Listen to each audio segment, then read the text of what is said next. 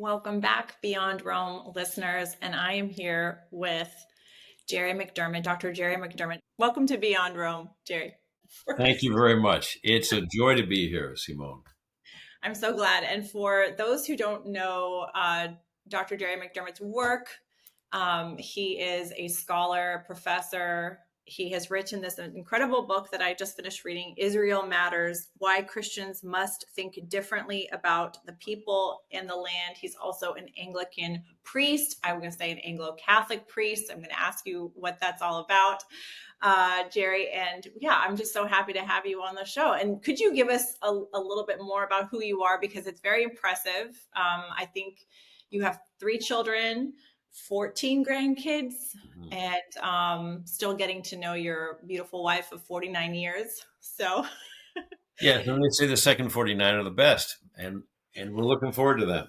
So I taught for 26 years at Roanoke College. That's a Lutheran ELCA college in Southwest Virginia, and taught the world religions and Christian and Jewish thought.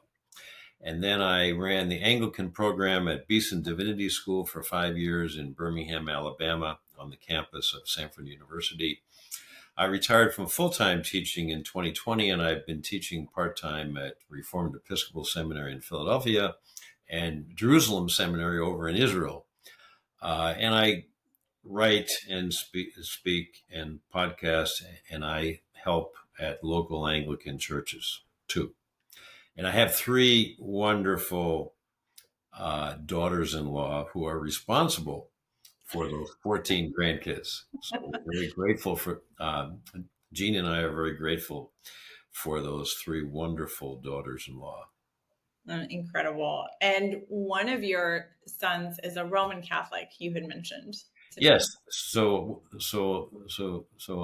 our oldest son, Ryan, is a professor of English at the University of Pittsburgh, and he married Dara, who was Baptist at the time, and they are Roman Catholics, and they have given us 6 wonderful Roman Catholic grandkids. In fact, we're going to go see them this weekend in Pittsburgh. Oh, neat. So yes, they are our Roman Catholic grandkids, and then our other 8 grandkids are Anglo-Catholic. And they all go to the Anglo-Catholic Church that our youngest son, Sean, is the rector of. Oh, that's incredible. Okay, so explain to us, because I think you're, even though you're Anglo-Catholic, you might be the first non-Catholic on Beyond Rome. So that's really neat. But I thought it was important to have you on the show because, I mean, you know so much about the Catholic faith. You have Catholic family. You went to Catholic school. You're an Anglo-Catholic. So explain what that is to those of us who might not know what that means. Well, generally, Anglo-Catholics are devoted to the faith of the undivided church of the first millennium. So I love Pope Gregory the Great, and I can say I believe everything that Gregory the Great believed and taught. So all the great creeds and all the great councils, and the notion that the church, capital C, is our final authority and teaches us how to interpret the Bible. So different from evangelicals who say they think they know how to interpret the Bible for themselves and they have the authority to interpret the Bible for themselves. We say no. It's the church of the first, it's the fathers who teach us. So we read the Bible at the feet of the fathers, which is very, very similar to Roman Catholics. Yeah, very similar. And to, as you know, or maybe you don't know, maybe you forgot. I don't know. You don't have to remember every detail of my life, Gerry, but I'm Armenian Catholic. So, Right. I try to have, I do remember that. Yes, I try to have as many of the Eastern churches represented. But I would love this book to be read by educators and seminarians and Catholic priests and Catholic educators, youth ministers, because I think it's so important. And in the beginning of the book, I think I say that most Catholics don't think about Israel that much. Okay. Right. And if they do, not in a bad way, but this is kind of just the air we breathe, I think you just are a low key supersessionist. So unless you're formed or taught or investigate otherwise. So would you kind of explain to us what that means, and if that's true, if you agree or disagree, or your journey of how you kind of got into Jewish Christian relations, education, and scholarship? Well, I agree with you, Simone, that most Christians, Catholics and Protestants, and Eastern Orthodox particularly, are supersessionists, as you put it, low-key supersessionists. Now, what is supersessionism? Well, the root word there is supersede, which means transcend and essentially replace. And it has to do with the people and the land. So those are the two parts of supersessionism. First of all, the people. The supersessionist believes that after Jesus rose from the dead, that God's favorite people were no longer the Jews, because most of the Jews at that time did not accept Jesus as Messiah.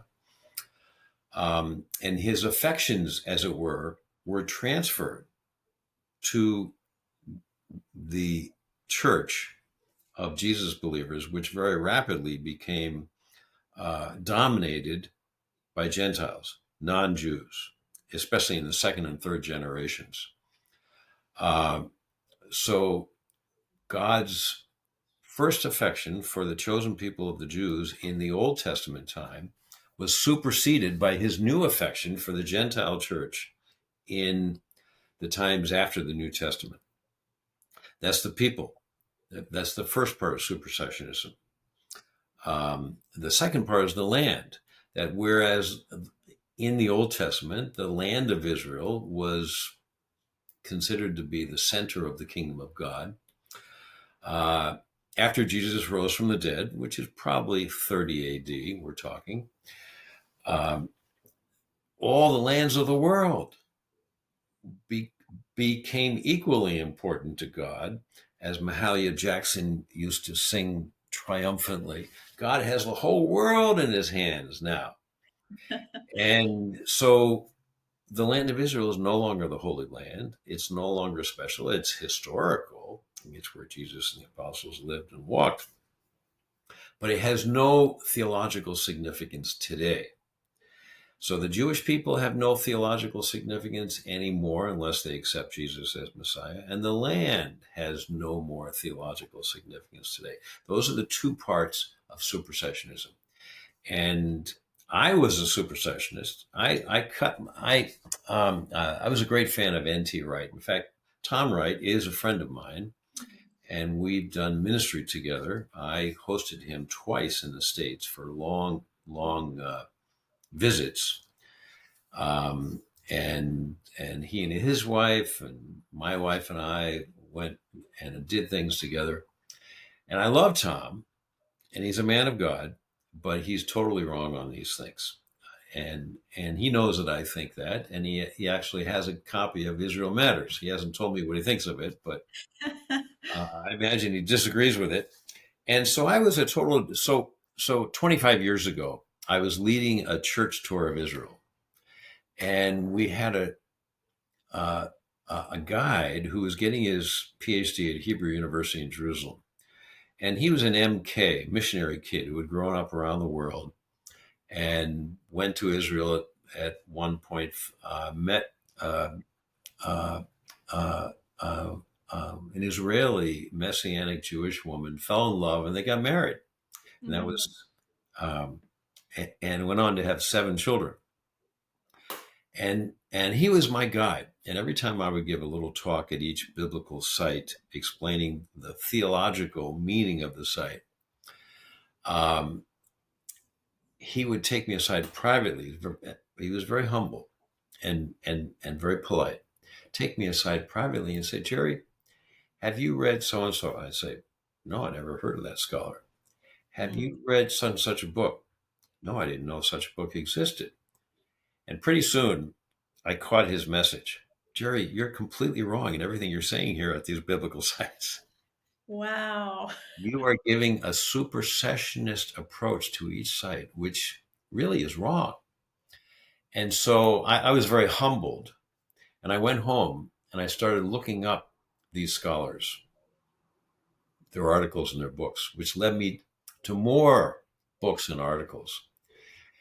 And pretty soon, my theological vision was transformed and expanded.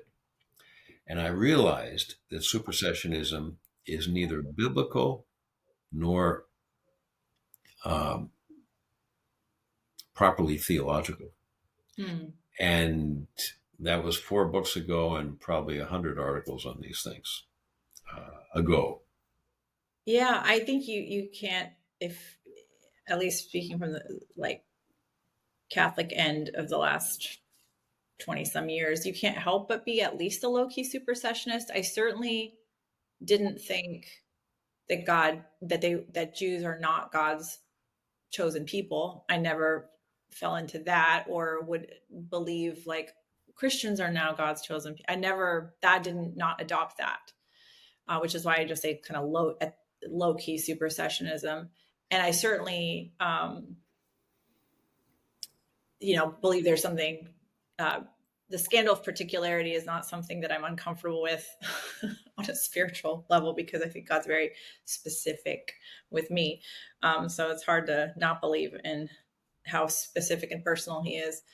But I would say that I did fall into like, so interesting to me how, the temple is destroyed and now Jesus's body is the temple. And isn't it so obvious that now, for Jews, like, gosh, don't they see like the church is like the next thing? And none of that is untrue insofar as like sound doctrine and theology. But I think what makes it kind of low key supersessionism is that it doesn't grapple with the full implications of the mystery of Israel and all that scripture and tradition actually have to say about the people and land. So again, that's why I say at the very least, like low key supersessionism, where you're like, see, it's all like neatly and tidily. And I would never say like, oh, Jesus doesn't, he abolishes, not fulfills. No, he fulfills, not abolish. I would agree with that. But I think in our hearts and minds, it's ultimately supersessionism. So I think it does actually take a work to kind of like untangle that out of Catholic hearts and minds, and why I think your book is so important and should be like widely read. Do you think, look, the Catholic Church does not teach supersessionism and has made a lot of strides to like um, make sure that that's understood or known insofar as she can for this massive church. But do you have hope that at some point even low-key supersessionism will exit the hearts and minds of Catholics? Or do you think it's always going to be there as a temptation? Or how long do you think it'll take? I don't know if you think about these things. Well, I'm not a prophet, so I Yeah. cannot predict the future, but there's a good number of us scholars, Catholic and non-Catholic, and Eastern Orthodox. Um, some of us who are Anglican. I was just talking to a few of them, scholars, this morning on another Zoom, um, and a good number of Protestant scholars who are what's called post-supersessionist. Um, and we founded a society at the AAR, the American Academy of Religion, Mm. and, about 10 years ago, called the Society for Post-Supersessionist Theology. And it's been growing and growing. More and more numbers each year of Jews and Christians, Catholics and Protestants, biblical scholars, historians, scholars of other religions, um, theologians, and ethicists who are have come past, have come beyond supersession. So I have hope at the scholarly level, and things often trickle down Right. from the scholarly level, because then they teach the future pastors. Mhm. They influence the seminaries, and once you reach the pastors who preach on Sunday, then hopefully this gets translated to people's minds in the pews. So I do have hope, yes, that things are going to change. Um, so I'm somewhat optimistic about the future. Now, I can imagine some people maybe perhaps listening to this saying, well, why would I trust an Anglican priest? I don't care if he's Anglo Catholic. So that's why I'm like, read the book, everyone. And also, like, nothing you teach in it, nothing you're saying is contrary to Catholic thought and teaching, and certainly where she's been going. So I want to put that out there. Um, but, how are I've always loved being Catholic because of the nuance, the prophetic impulse, the like both and you being an Anglo Catholic, I think is obviously right there with that. When we encounter something like Genesis 12:3 and the Ted Cruz thing and all that, Catholics are like, I don't in any way want to be associated with any kind of Protestant, evangelical, reductionistic eschatologies that are tied to Israel, Jews, and the Jewish people. So how do you sort through that, and how can a faithful Catholic or a faithful Christian read Genesis 3, Genesis 12:3, and say, okay, here's an actual good like reading from it, that doesn't necessarily just put me in the evangelical camp. Yeah. Well, first of all, I'm not an evangelical. I Right. was at one time, but I'm not. Yeah. And what I mean by that for your Catholic audience is that the evangelical believes that he or she has the right and the duty to interpret the Bible for himself or herself. And we Catholic Anglicans say no. We interpret the Bible at the feet of the fathers, at the feet of the um, great tradition of the church, capital C. Um, Look, I am teaching Roman Catholic doctrine, you might say, because at um, at Vatican II, in the document called Nostra Aetate, which means in our age in Latin, uh, I learned Latin and Greek in high school about 100 years ago in New York City at a Jesuit high school. Um, the the fathers of the council, the bishops who wrote Nostra Aetate, said that Jewish people are still the chosen people, and God's covenant that He made with them in the Old Testament and in Genesis 12, and including verse 3 that you just quoted, Simone, is still in place. And they referred to Romans 11:28 and 29, as they should have. Because in Romans 11:28, Paul is talking about his fellow Jews with much grief that they had not accepted Jesus as Messiah. And yet he says they are still beloved to God because of the fathers, Abraham, Isaac, and Jacob. So they are still beloved. Even if they haven't accepted Jesus as Messiah, God still loves them. So in verse 29, the very next verse, and Nostra Aetate, the Vatican II fathers quoted these two verses. He says, the gifts and calling of God are irrevocable. Now, the calling, that's a biblical word for God's calling the Jews to be his chosen people and his oldest son, as he says in Exodus 4:22, that the Jewish people are his oldest son. So when Paul says in Romans 11:29 that God's calling is irrevocable, not to be revoked, It will never be taken back. That means God's calling as his chosen people, of the Jewish people. So Paul, and he's writing Romans probably in about 57 AD. So almost 30 years after the resurrection, Paul is saying that just because the majority of Jews have not accepted Jesus as Messiah, now, tens of thousands of them by that time were, and probably over 100,000 did accept Jesus as Messiah by the time Paul wrote Romans. But nevertheless, it was still less than 50%, probably. And yet Paul says in Romans 11:29, and Vatican II quotes this, that their calling to be the chosen people is irrevocable, not to be taken away, will not be revoked. And then he says, their gifts are irrevocable too. And the number one gift for Jews in the first century that God gave them was the land. So Ezekiel, the tragedian, Philo, the great philosopher, who was a contemporary of Paul, the number one gift that they talked about was the land of Israel. And the land promise to the Jewish people is stated or implied 1,000 times in the Old Testament. 1,000 times. And I know that because I've counted all those places in my first book called The New Christian Zionism, which is an academic book. So I'm the editor. I wrote several of the chapters in it. I put all these guys together. These are scholars from different background.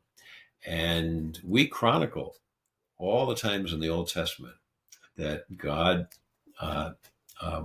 repeats the land promise that you just referred to in Genesis 12:3. So Nostra Aetate, the Roman Catholic document in Vatican II, it affirmed now it talks about the Jewish people still being the Jewish people, still being the chosen people, and God's calling of the Jews to be his chosen people, that covenant still being in place. Now it doesn't talk about the land. Nostra Aetate does not talk about the land, but your friend and my friend Gavin DaCosta, great Roman Catholic theologian, put out a book in 2019 called Catholic Documents on the Jewish People After Vatican II, in which he calls for a minimal Catholic Zionism. And I know you've had him on this podcast, and he is one of my dearest friends. He is such a wonderful guy, and a brilliant theologian. And he has shown how Catholic documents, just in the last 20 years, do point in the direction of the second part of post-supersessionism, that is the land itself. So these are Catholic doctrines. These are not just Christian doctrines. They're actually Roman Catholic doctrines. And how would you respond to Catholics that say, so the church got this wrong for centuries and now all of a sudden she's changed her mind, this is a rupture, we can't trust this? Well, Catholics believe in development of doctrine. And John Henry Newman, who has had a huge impact upon me and my thinking as an Anglican, wrote the famous book, Development of Doctrine. And doctrine does develop over time. Look, I would say to these folks, the word Trinity is not in the New Testament. It's not in the Bible anywhere. The doctrine of the Trinity, three divine persons in one divine being, that all Christians, Baptists, Pentecostals, Eastern Orthodox, and Roman Catholics, and Anglicans agree on, that's not specifically in the New Testament either. It took 300 years of theological questioning and argumentation, and sometimes even physical battles in the streets, finally hammer out that word Trinity that Tertullian first came up with, and the understanding of the Trinity that the church finally accepted after 300 years. So the church develops its doctrine. Now, Zionism is stated explicitly in the New Testament 3 times, and it's implied uh, all over the New Testament. That book, The New Christian Zionism, chronicles and documents. And it's true that supersessionism, and the fathers of the church in the first 3 centuries were a mixed bag on this. Some pointed to it, and others pointed against it. And some did both. And from the 4th century, Constantine, on through the 16th, it went underground, you might say. And in the 16th century, starting with the Puritans in England and the Pietists in Germany, it starts to come above ground again. And it was above ground in the New Testament and for some of the early fathers in the 2nd and 3rd centuries. And so it comes above ground again in the 16th century, and Catholics start to catch hold and start to think about it, and then finally come up with this wonderful document in Vatican II. And now, since Vatican II, particularly with great saints and popes like John Paul II, it has it's moving more and more forward. Yeah, I can't wait to read this book a second time through, because there were so many moments when I was reading it where I thought this is really helpful, not just clarity wise, but just language, because we're in this moment of confusion of like, not just like Protestant evangelical versus like Catholic Zionism, but like all the geopolitical issues going on. And there's this huge tendency to throw the baby out with the bathwater and to like oversimplify the conversation. And I think you say something really beautiful in there. So correct me if I'm wrong, but we don't throw out the church because of her humanity and her brokenness and her imperfections. Why would we throw out the Jewish people in Israel for that if we don't even hold ourselves to some impossible, perfect standard where we often fall short? So I thought that was super helpful. How would you,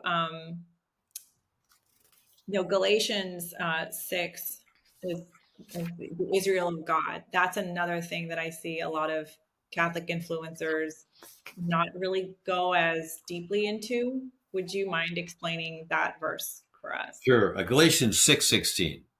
6:16. Now, the first thing to understand is the context of Galatians. Galatia was a section in what's now Western Turkey. And the church there was probably either 100% Gentile or 95% Gentile. John Gager and other scholars have shown this. And I've written about it. And I'll read the verse here, Galatians 6:16. It's a mysterious verse. And the first thing to say is that nowhere in the New Testament and nowhere in Paul, and Paul is the one who frequently is blamed for supposedly a supersessionist view of Israel. Paul was believing and teaching anything but, in fact, quite the opposite. So Paul says in Galatians 6:16, he says, "For neither circumcision counts for anything, nor uncircumcision, but a new creation. And as for all who walk by this rule, peace and mercy be upon them, and," Greek word here is kai, "and upon the Israel of God." Now, many Protestants and Catholics have lifted that last phrase, the Israel of God, up and out, and say, you see, here's proof that the church, the Gentile church, is the new Israel, or the true Israel, and it has replaced the Jewish people, who are the old Israel, And now the true Israel is made up of Gentiles and not Jews anymore, or those Jews who accept Jesus. Um, so that's how that phrase has been lifted up and misused. Mm-hmm. Now, 30 years ago, I would say, well, of course, that's what Paul means. That's what N.T. Wright says he meant. But I've written extensively on this, and many scholars agree with me. That's not what's going on here. Let's look a little bit more carefully at this verse in context. First of all, the New Testament never says, Paul never says the church is the new Israel or the true Israel. Not once. Um, And can I make a comment about that? yes, Because the Catholic Church does refer to herself as the new Israel, but the way that it understands that is not in a supersessionist way. yes, In the same way that we'll call the Hebrew Bible the Old Testament, but we don't mean it to be obsolete like yeah. this. So it's a I think the reason I'm making stuff up now, but I think I'm not wrong. The reason that pastorally and the Vatican doesn't, you don't hear New Israel a lot is because they're trying to weed out supersessionism and it can be easily mistaken in a supersessionist way. So I would say New Israel is a legitimate phrase, but only understood properly. In the same way that, yes, there are all these covenants, but we're really ultimately talking about one covenant. And so, yeah, is the church in Israel? Sure, but not in a way that removes the distinctions between Israel and the church. So I just wanted to like caveat that to people who are going to possibly accuse. Simone, I think you put it very well. That you almost, or I'd say perhaps perfectly. That was a very good caveat, a very good contextualized comment. Um, so the Israel of God, in short, means the Jews who accepted Jesus. Now, let's look at the actual verse. For all. Now, the all here um, means all Gentiles because the church in Galatia was almost entirely Gentile or 100% Gentile. For all Gentiles who walk by this rule. Now, what's the rule? It's what he just stated in the previous verse, 15, the new creation that Jesus has brought to both Jews and Gentiles who accept him. It's a new creation. We're already living in the new creation in the church, and particularly by the sacraments. So for all, and he's speaking to these Gentiles in Galatia, for all you Gentiles who walk by this rule, the new creation, who walk in Jesus the Messiah, who is giving us our new creation through the sacraments of the church, for all of you Gentiles who walk by this rule, the new creation, peace and mercy be upon them.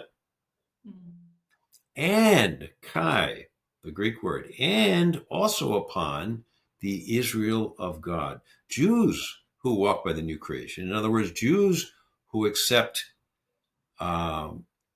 Jesus as Messiah. He has to add this last phrase, separated by the conjunction Kai and, because there most likely were either no Jews in the Church of Galatia, or just two people at the end of the last pew there. But he's primarily referring to the Jewish saints, in other words, the members of the church in Jerusalem, back there in Jerusalem, and they are the true Israel of God. Mm-hmm. So peace and mercy be upon them too. Okay, that's probably that's, I would say, most likely what Paul means by the Israel of God here. And notice the Jews are the true Israel. Yes, in some contextualized sense, the church is a new Israel, but it doesn't replace the. Yeah, and why would St. Paul talk about being grafted in?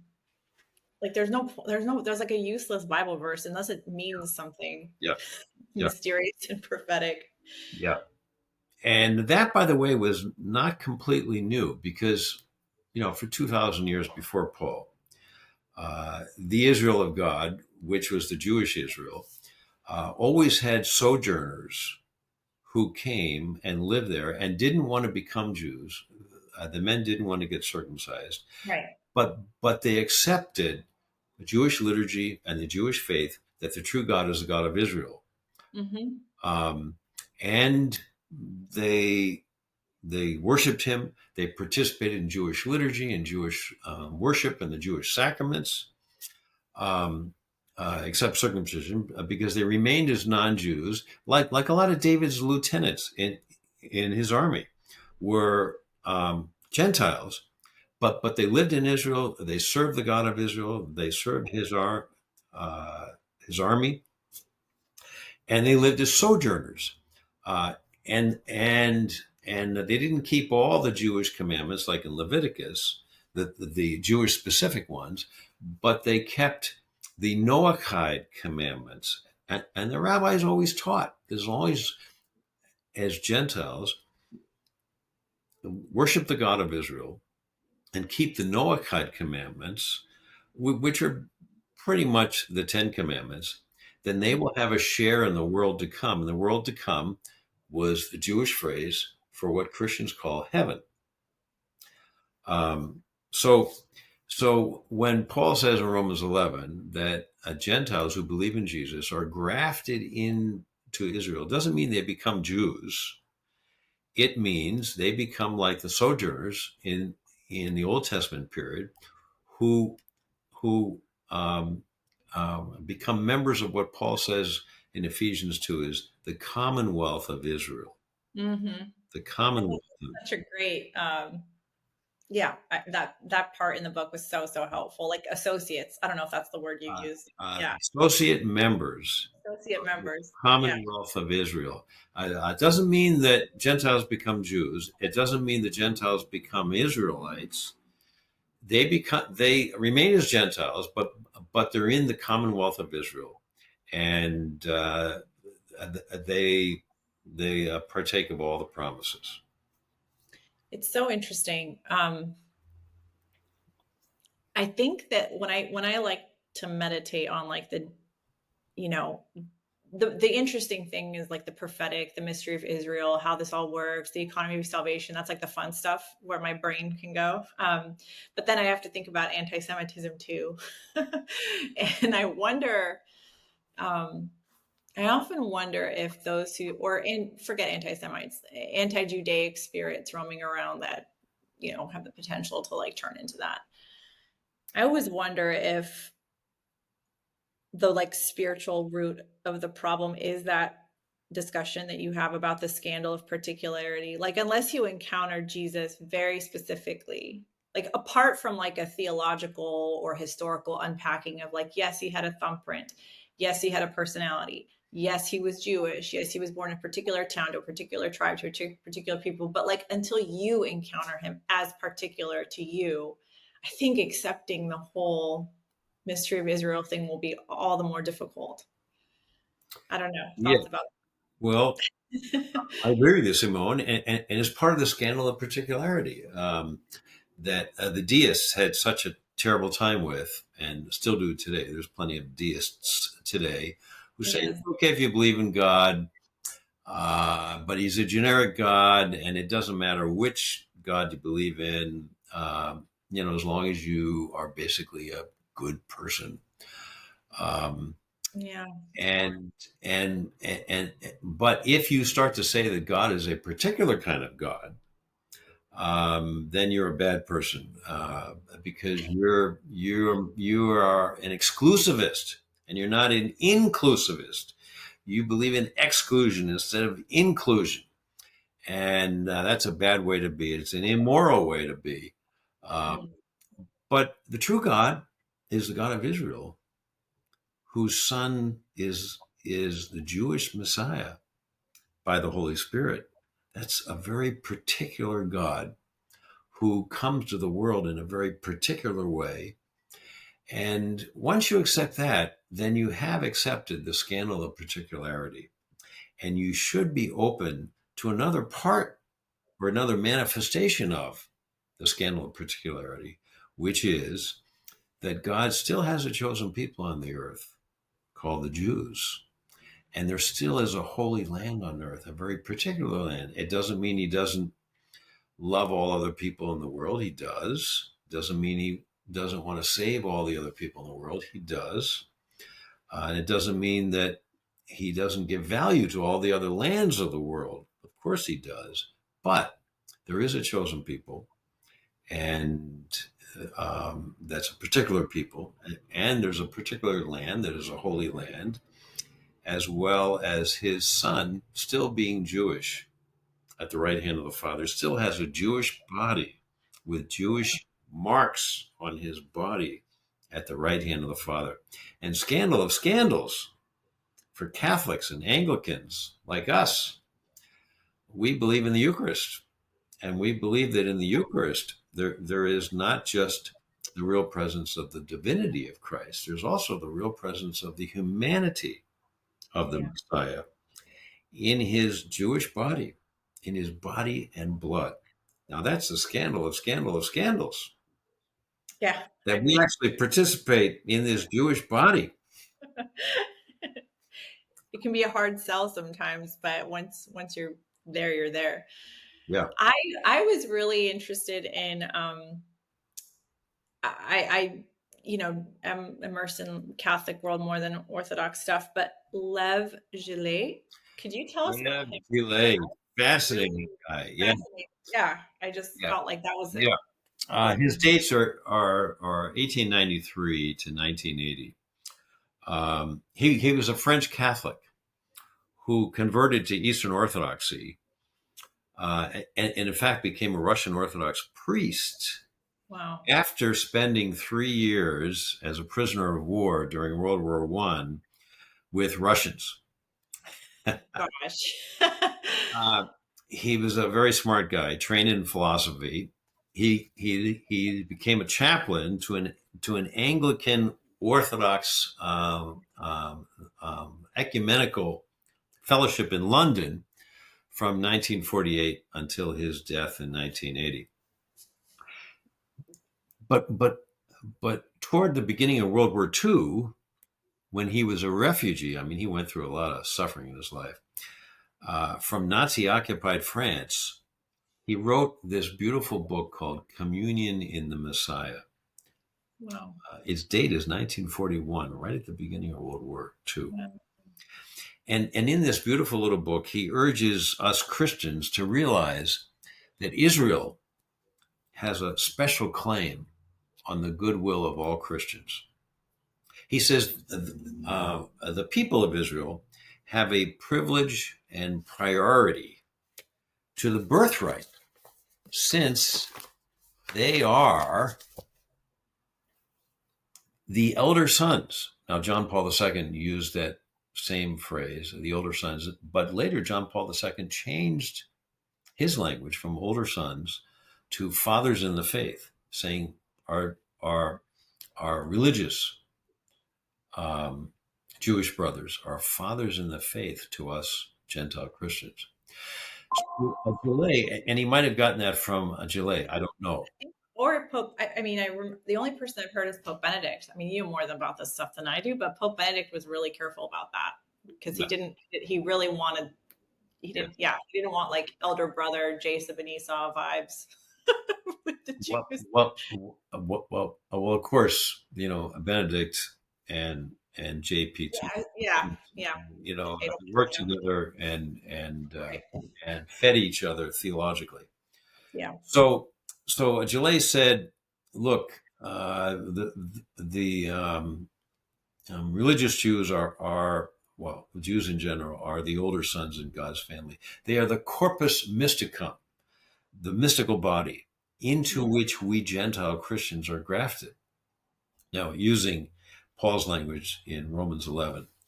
And he said, if Paul's right, and of course Paul is right, it's sacred scripture, then the earthly problems of Israel, Gillet said, are not outside for us Gentile Christians. We should make them our own. Wow. So to help a Jew, he says, it is to help Israel fulfill its mysterious identity to which it's called. So Zionism is a theological question that no Gentile Christian like us can ignore, he said. Wow. Now, what is this mysterious identity? Well, he said that Israel has been called through its history, through its 4,000-year history, to the sufferings of the servant in Isaiah, and to somehow, through those sufferings, to reveal God's power. And at the same time, he said that Israel's mysterious identity was to await and help embody the Messianic era, which is specially realized in the land. So Zionism, he said, quote, is neither a part of nor an addition to Judaism, but the concentration of Judaism and the fullness of Judaism. Zion. Wow. So you really don't understand Judaism unless you get on the land and feel it in the land. He says the land has a sacramental quality. Now he's speaking as a Russian Orthodox, and Catholics and Anglicans should grapple with that the land has a sacramental quality. And it's only there that a Jew can feel himself entirely Hebrew, he wrote. He said, because there's a sacred quality to the land. He was influenced by Martin Buber, the great Jewish philosopher of the 20th century, who said the land, quote, is the visible and the efficacious sign of a spiritual reality. And Gillet said, this is true for Christians too. All of Palestine is not only the shrine where Jesus lived and died and rose from the dead, but it's also the land of the presence, capital P, the presence, the meeting place of Yahweh and Israel, and the Shekinah. And I'm sure a lot of your listeners know the Shekinah is the manifest presence of God, his glory. He said the Shekinah may still be felt there in the land. Now, I don't know about you, Simone. I know you've been to the land probably many times. I'm going again in October for my 24th visit. Wow. I definitely feel the presence in the land. Not Yeah. not every day there, not every moment, but often when I'm there. So this is what Gillet calls spiritual Zionism.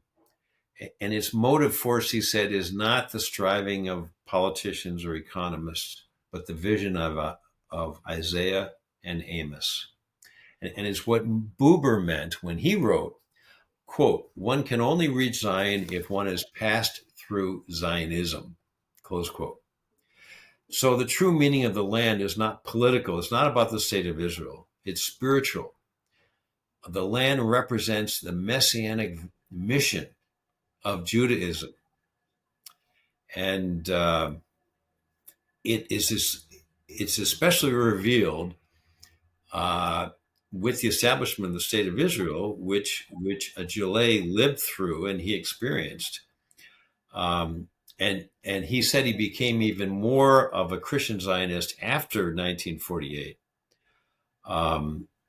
when he said restoration has come and spiritual Zionism is once again competing openly with political Zionism. Oh my goodness. That, yeah.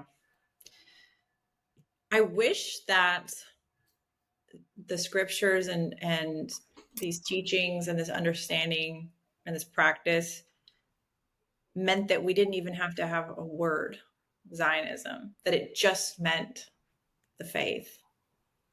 Mm-hmm. That's what I wish, because so much of it has been co-opted Mm-hmm. by politics and all the things that it's just so hard to. And Gavin DaCosta was really kind to me. I'm like, now how do we get people to follow their personal vocations and stay in their lanes, and the politicians do what they do and they're well informed, and the theologians do their work, and lay people pray and fast and befriend Jews? Like, how do we get everyone to just all hands on deck, according to your unique and unrepeatable callings. He just so kindly, as you know, he's so kind, goes, no, it's all very messy.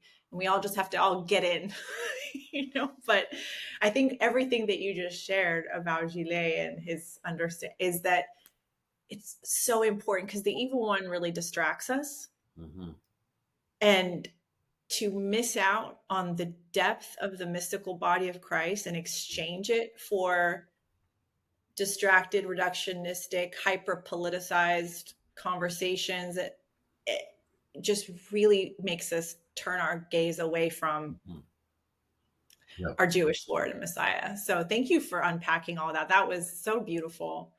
And I didn't know about him before reading your book. So I'm so grateful I can't wait to learn more about him. Do you have any final thoughts for, Catholic listeners on just, where you would encourage them? Because this is not an easy moment to delve into these things. But if we don't take up Gillet's call to understand Judaism on its terms, which is so connected with the covenant, which is so connected with the land, then we miss out on the actual gospel. And so there's a lot at stake here.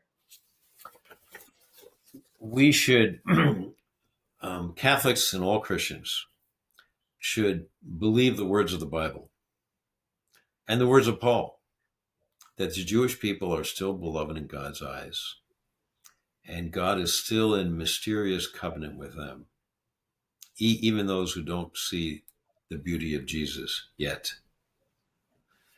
And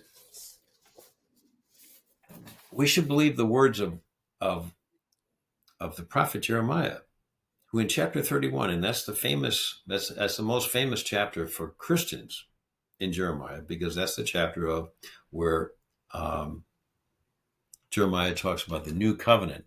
And actually, since in Hebrew, there is no separate word for renewed versus new, hadash. In context, Jeremiah probably means the renewed covenant. But Jeremiah says there in verses 25 through 27 that the Jewish people will always remain before God as a nation.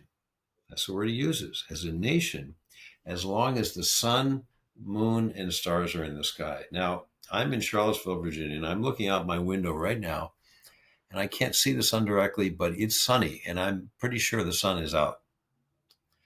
The sun is still in the sky, Simone. So if a Catholic or any other kind of Christian believes the Bible is the Word of God, he should believe that Jeremiah is right, that the Jewish people will still be before God as a nation, and still are today. And secondly, that the land is still holy. The land still has theological meaning. And in the Old Testament, God's covenant with Israel was not just about them as chosen people. It was also about the land. It was repeated, as I said, 1,000 times. And it's all over the New Testament for those who have eyes to see. The problem is most of us don't have eyes to see because we've been told by our pastors, our preachers, our seminary professors, our university professors. And I was taught this at the University of Chicago in the divinity school, where I did an undergraduate degree, that the land promise is not in the New Testament at all. Well, it is in the New Testament. It's all over the New Testament. And we should know that. And so those are the two things that I want your listeners to be reminded of, that the Jewish people are still God's chosen people, even today, because the sun is still in the sky and the stars are still in the sky tonight. I believe they will be. That's my firm faith, Simone, that the stars will be in the sky tonight, and that the land is still a holy land. And Jerusalem is called holy 5 times in the New Testament, by the way. And most of the New Testament was written long after the resurrection of Jesus. And Jerusalem was still being called the holy city, the holy. Thank you so much. This was a wonderful conversation and can't wait to have you back on. I'd love to come back. If this episode was helpful for you, please consider sharing it with a friend, leaving a rating and review to help us spread the word, and donating at philosproject.org/give with the comment Catholic to support this podcast.